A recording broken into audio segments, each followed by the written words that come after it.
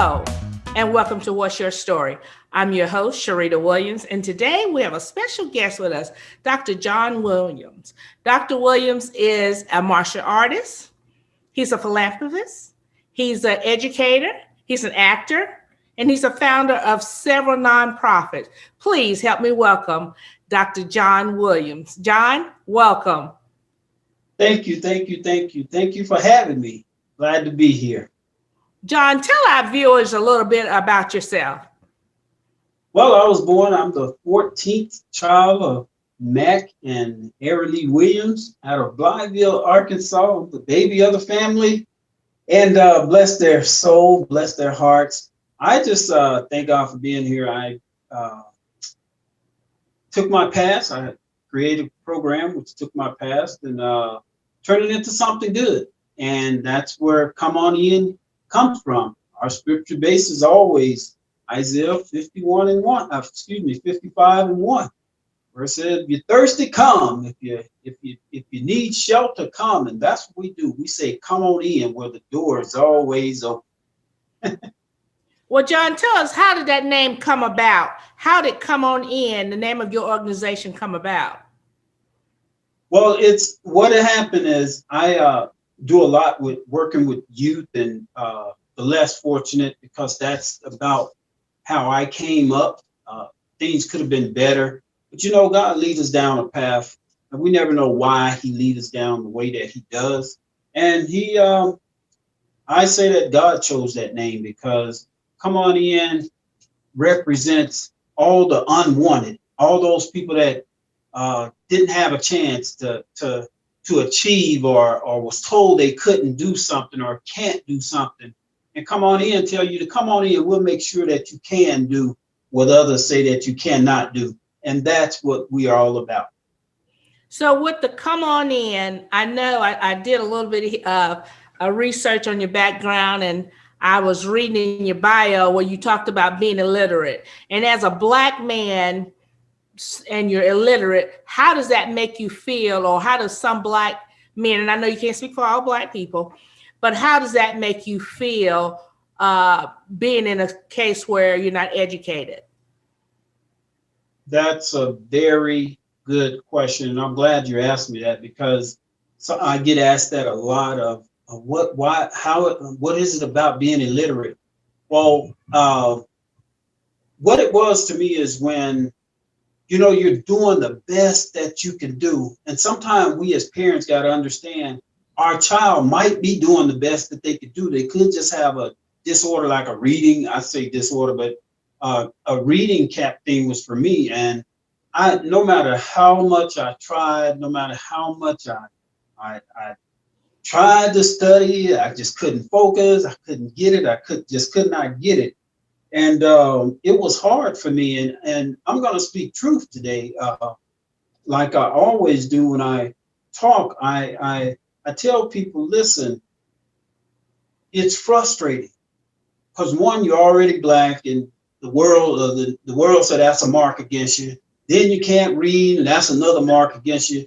Then you don't have the right clothes, that's another mark against you. So they put all these marks against you.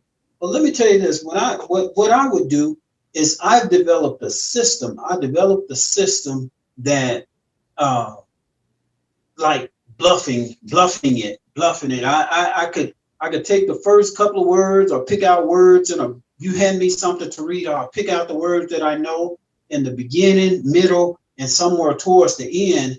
And I'll just hold the paper. I won't be reading, but it'll look like I'm reading, but I'm trying to find some kind of thing to put something together. So when you ask me, hey, did you read that? And I say, yeah, well, tell me what it was about. Well, I could tell you bits and pieces. And it was enough just to fool the average person of, oh, I guess he can read. Oh, I guess he can do this or that. And that is being a Black man and not being able to read. People come to tell you, oh, you can only work at Burger King. So you give me anything. Being illiterate is good and bad. If you want to look at it this way, it's like they say, when you lose your eyesight, your hearing gets better. Well, when you can't read and write, you become able to do more physical stuff. You will learn physical stuff like fixing a car. You might not know to put 12 gallons of gas at 3 o'clock and take out 2 and -1 and all that. But I guarantee you could be the best mechanic because you can physically do anything, but it's that mental part. And then it makes you frustrated because you want to do it. And then you got people looking at you, laughing at you when you get your grades or report card or whatever.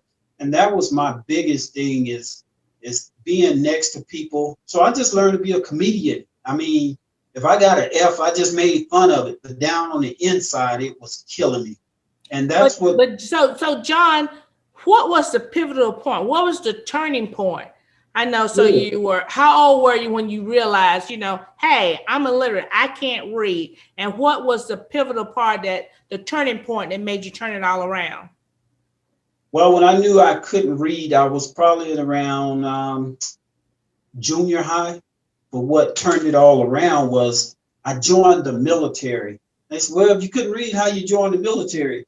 Well, what I did was when I went to take the military test, I just marked all C's and a couple of B's. And, at the time I came in, they had this thing that they called, I forgot what it was called. And it was when they take anybody. So I made a 16 on the Army test, a 16. And with that 16, they had a category 4. That's what they call it, where they just take anybody. As long as you ain't really killed up people, they waived the test and you come on in. And that's what I did. That's how I got in the military. Now I'm in the military and I'm fast forward. I'm in the military, doing good, made E5 in 3 years, made E6 in 5 years. But let me go back to that E5.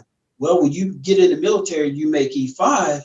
That means you have to write the other person grades or whatever, their report card. You got to write them up. For years, my years in the military, I carried around a dictionary. I mean, simple words. I had to look in the dictionary to write these papers. I asked God, I asked God, I said, Lord, you gave me this promotion and I can't read and write. I couldn't let anybody know that I couldn't read and write. God, sit there one day, I'm telling you, I took that test. It's called a TABE test, to tell where your reading is at. When I took that test, y'all, I'm getting excited, but when I took that test, y'all, I was 24 years old with a 3rd grade reading level. 24 with a 3rd grade reading level.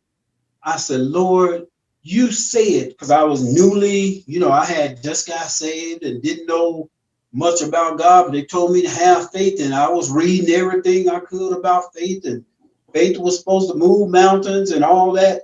Well, when you're a newbie, you believe. When you really believe.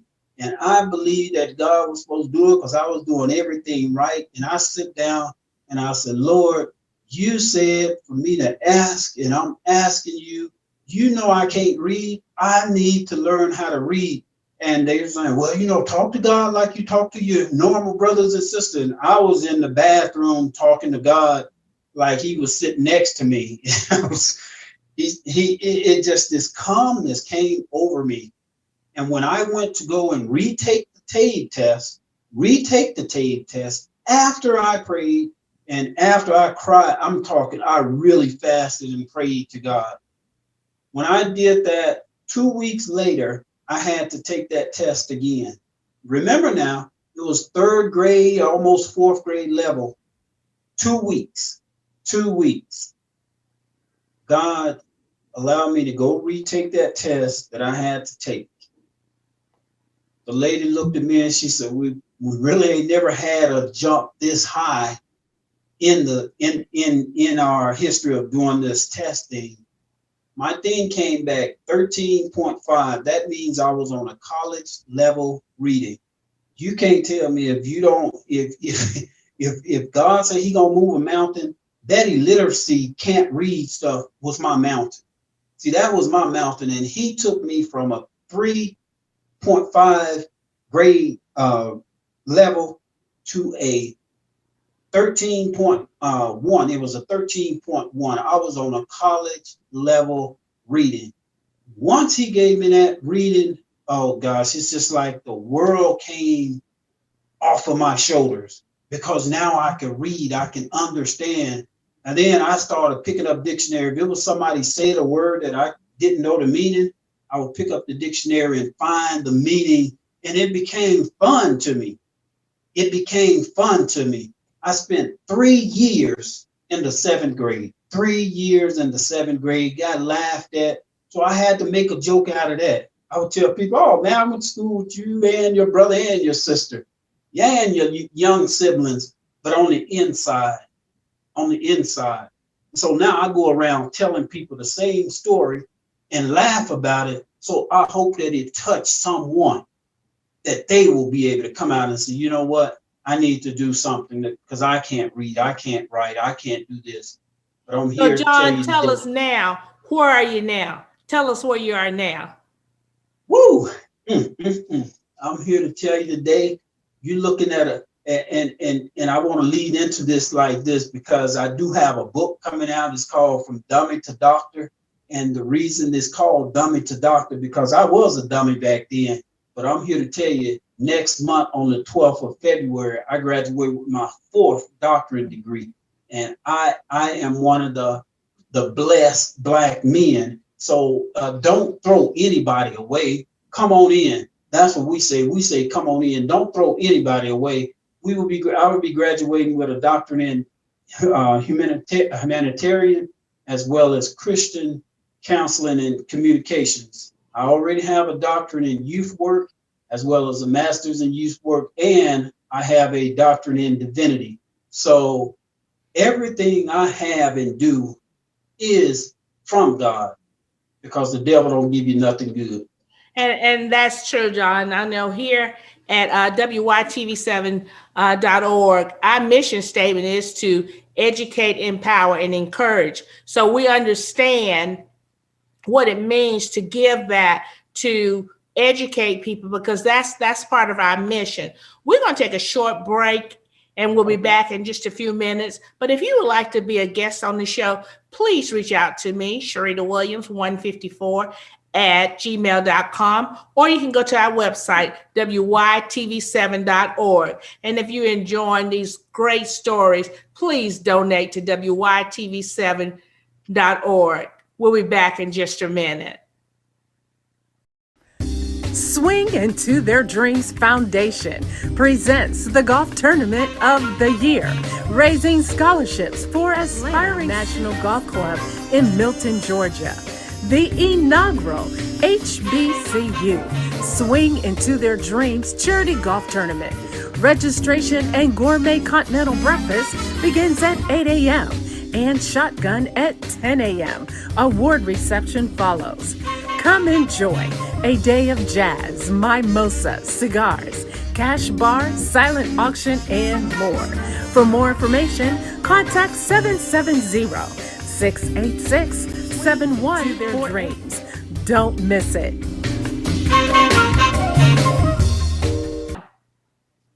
We're back with What's Your Story? I would like to thank our sponsor, Swing Into the Dream. We're back with our guest, Dr. John Williams. Dr. Williams, you were telling us about your 4 doctorate degrees. Tell us a little bit of what you received this year, your degree. This year, I was so blessed. I received the Lifetime Achievement Volunteerism Award from the White House. And that award is given to the few that, as well as my organization, Come On In Incorporation, received a volunteerism award. But I received that award for having over 14,000 volunteer hours. And that's not over in a year, that's over a 29-year period of 14,000 volunteer hours. And I'm just blessed to be chosen, to have received that. And I know that that's a great honor to receive a dignitary award from the White House. So John, you also have a cross the border mission in Africa. Can you tell us a little bit about that? Yes, Crossing Borders. Crossing Borders is a film that I did over in Africa. It's a documentary, and what we do is we have a William Ali Cooley foundation over there where we go over to Africa. I've been there a couple of times, and we go into the school system. I was also privileged, I wanted to mention this, I was also privileged to be chosen to go and talk to the government of Africa on how to improve the schools and talk about illiteracy and all that. And wow, that was a shocker to me, because as soon as I arrived, they had all this stuff set up for me, and that was one of the first things they had me to go do. We gave out over 250 pens, books, papers this last year to Nigeria Africa school system, and I was one of the special guests to speak at the oldest university in Ife, Africa. That was such an honor. And yeah, so we have, just in that little short time, the program that we started over there is 3 years old. And in those 3 years, we have donated, teaming up with other organizations over there as well. We have organizations that we help build toilets, outdoor toilets and everything. One of the organizations helping doing the water, and we handle the books in schools and stuff. So I always tell Black people, and because I'm Black, and we say, oh, I'm gonna support Black-owned businesses. Your business is Black, you're Black, and you own it. Why don't we support each other? So I'm making a vow on this radio station, on this TV station, from Come On In Corporations, we got your back. I don't care if we donate to you $100 a year, we're gonna donate, we're gonna sow a seed into your program, because there's some things that I need people to sow seeds into me. So they always told me to sow where you want to grow. I'm going to sow into your program because I believe in you. And I hope that what I'm saying makes somebody else jump on the bandwagon and sow into it as well. And John, you know, that's what it's all about. It's all about giving back. And our organization, WYTV7 Christian Broadcaster Network, that's what we do. You know, we educate, we empower, and we encourage. And I want to thank you for that. If our viewers would like to give a donation, where can they go to give a donation to help with Across the Borders? They can go to comeonin.org, and on our website, you'll see a button where it says support, and everything is already set up. I don't personally handle the website, but it goes directly where it goes to. We're 501c3, and we are a nonprofit, and I don't touch any of the money. That's one thing I can knock on wood and thank Jesus. We've been audited. We've never had a problem of somebody saying, well, I donated to you and I did. We never have that problem, because everything that we do, when we feed the homeless and give to the shut-ins and all this, we go live and let you know where your money is going. And that has always worked for us. We're not telling you to do what you do, but we are saying what Come On In does. If you send us $500 and we say we're going to Walmart and buy 3 Pampers for $500, that's exactly what you're going to see us go do. And it will go exactly. And see, John, that's what WYTV7 does. They, like this year, we did Feed the Homeless. We did Feeding Families. We did Feeding First Responders. You know, we gave food to families in West Virginia. And we also have an Illiterate program that's done each year. So WYTV7 is always giving back to the community. That's what we're all about, you know, so I think that's great, you know. So tell us again how we can donate to you. comeonin.org. It's our website, and it'll be a button on say donate or support. Our Cash App number thing is on there. It's all set up, super easy. Can I mention this? Just this year, just 2020, when all this was still going on, I want everybody to know that we have 4 states that we are set up in. I'm the CEO, and I'm set up in Colorado. We have Arizona, we had Arkansas, Tennessee, and Georgia, we took care of, and Maryland, we fed over 1,300 people this year with the pandemic throughout those those 5 states that I just named. Over 1,300 people. We gave out over $600 in toys during the Christmas time. We gave it out to over 15 families because we choose 15 families that's less fortunate at Christmas time. We wanted everybody to have a great Christmas. And we raised the money right here on the show, on the Come On In Elite Hour. And people are just outstanding. They are outstanding. And John, you know, we find that even with the COVID-19 epidemic, that's what we found. You know, one program that WYTV7 it was especially proud of was the Feeding the First Responders. And we had that from the East Coast to the West Coast, where we went in and we gave donations, we fed first responders, you know, at their firehouses. And I had the privilege of doing the one in Charlotte, North Carolina. But what we went in and we donated food to the first responders during this COVID-19 pandemic. So we was very successful. Like I said, we did it from the East Coast to the West Coast, North, South, East, West. And that was a big program for WYTV7, you know, for the donations that came in. You know, we took that money and we gave it back out to the communities. And I know it was such a privilege for me to be a part of, you know, of giving back, because that's what our organization do. Amen. What I want to say is, when you get ready to do that, please let me know, because we might throw you $250 on your end. We whatever God tell us to do. And listen, I'm not rich. We're not rich, y'all. But God, we're rich because we know who we can go to we can always go to our bank account and it's never empty. And that bank account is called Jesus. When he know I need something and he knows me well, and he knows that I'm going to do the right thing with whatever he supply me with. Listen, that's what it's all about, people. You have to be a blessing. Don't always have your fist hand out. You got to close it up sometime, reach in your pocket and pull something out and give sometime. That's the only way that your program is going to be prosperous.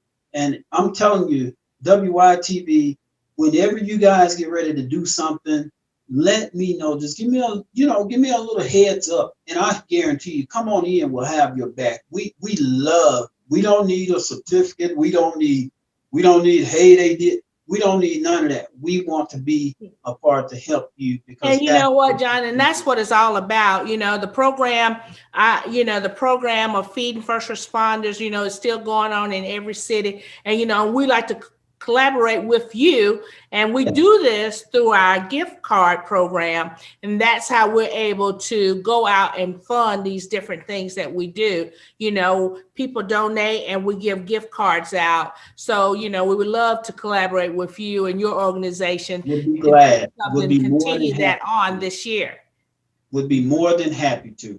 So let's talk about the Extraordinary People Choice Award, which our organization, WYTV7, was recipient of the 2020 Extraordinary People Award. And I was also privileged to be given the award for host, and our network was given it for TV and radio. So tell our viewers a little bit about the Extraordinary People Choice Award.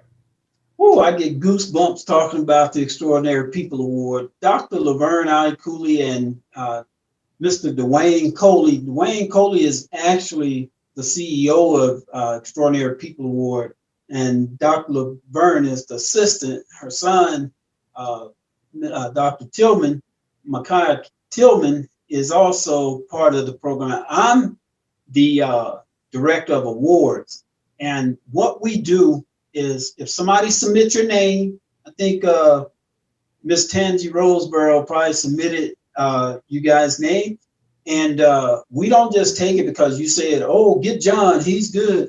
We do the research because it's a privileged, prestigious award, That award has been given out all over the world. It's called the Extraordinary People Award.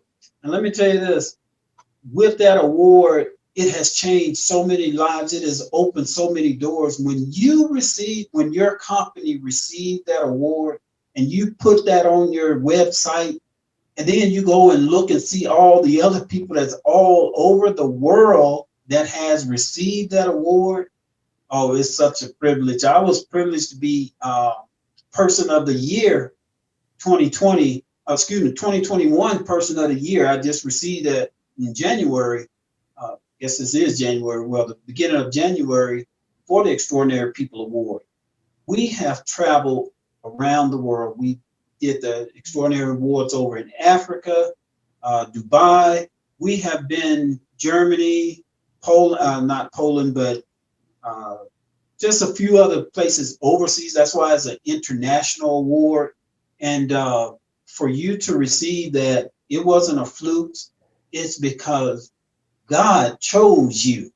He sent a person to recognize you. And let me add this. We need to start taking care of each other. Awards aren't only just for other than Black people. I'm just going to keep it 100. Awards are just not just for other than Black people. Black people, we do good work too. Y'all do good work. Stop saying, oh, I'm not. Yes, you are. Yes, you are. You better than whatever. If somebody recommends you, you are. God will take anybody and make them recognize you. You ain't out doing what you're doing. I'm not out doing what I'm doing to get an award. But when somebody recognizes you, that's the blessing part of it. And we were privileged to recognize WYTV. I'm telling you, I didn't even hesitate when Miss Roseboro sent your name. And she said, John, you need to take a look at this. And I did. And I don't make the decision. I have to send your name in, and they do we have a staff that go over they go through your stuff and make sure, everything is straight. And right away, and I'm bragging on WYTV right now for a second, right away, you guys received that award. Within 48 hours, I had a turnaround call saying, John, they qualified. John, get this one and make this one. So you guys I'll say pat yourself on the back. Y'all are doing an outstanding job. Don't stop what you're doing. Don't stop. John, we are humbled. We were humbled to be recipients of the award. And, back in 2018, we also received the Gospel Image Award. So God is truly blessing WYTV7.org. Yeah. And we're happy that we were recognized. And so what kind of encouraging word would you like to leave with our viewers? I would like to say this. Sometimes the Bible says in Psalms, if I could just use this scripture, because I did this the other day and it just stuck with me. God was sharing with me about we need to continue to look up. Psalms 121:1 says, I'm going to look to the hills from what's coming my help. Sometime y'all got to look at that word heal with the S, heels. Some heels look really nice. They beautiful. But some heels have some plugs, missing stuff. Some heels are dirty. But listen, when you go up a hill in a car, you don't feel it. But when you walk it up a hill, you think that it's the highest and biggest thing you could ever get. But listen, hills in our life, if God brought you over one hill, he'll bring you over another one. I'm sure putting these shows together was a hill. It was something that it took you a while. But sometime when you get to the top, just don't forget that you're going to come down, whether you're going to slide down or you're going to slowly walk down or you're going to run down, but you coming down. But it's what you do when you look back up, look into your next hill. If God brought you through that hill, he's going to take you over that hill. So whatever the hill is in your life, whatever the problem is in your life that's blocking you to get to where you want to be, just remember, if God brought you over one hill, he'll surely take you over the other one. Well, John, I think that's great. Now, John, before we leave, tell us one more time how we can get in contact with you. Please contact me via Facebook, John Williams, or comeonin.org. I am here. I love to hear from you. Please catch my show. Usually come on in the morning time from 5 in the morning till 7. It's called Dr. John Williams and the Elite Hour of Power. We come on, we play a couple of gospel songs, and we always give you a word, something to just help you through your day. And hey, it's been working for me. Sometimes I come down and have to encourage myself. But you know what? And you know what, John? That's what it's all about. So, John, we would like to thank you for being on What's Your Story? And we would like to thank WYTV7 Christian Broadcasters Network. And if you would like to give a donation to both of our organizations, please reach out to WYTV7.org or comeonin.org and give donations to both organizations. I'm Sherita Williams. I'm your host. Until we meet again, let your story become our story to share all the stories. Thank you.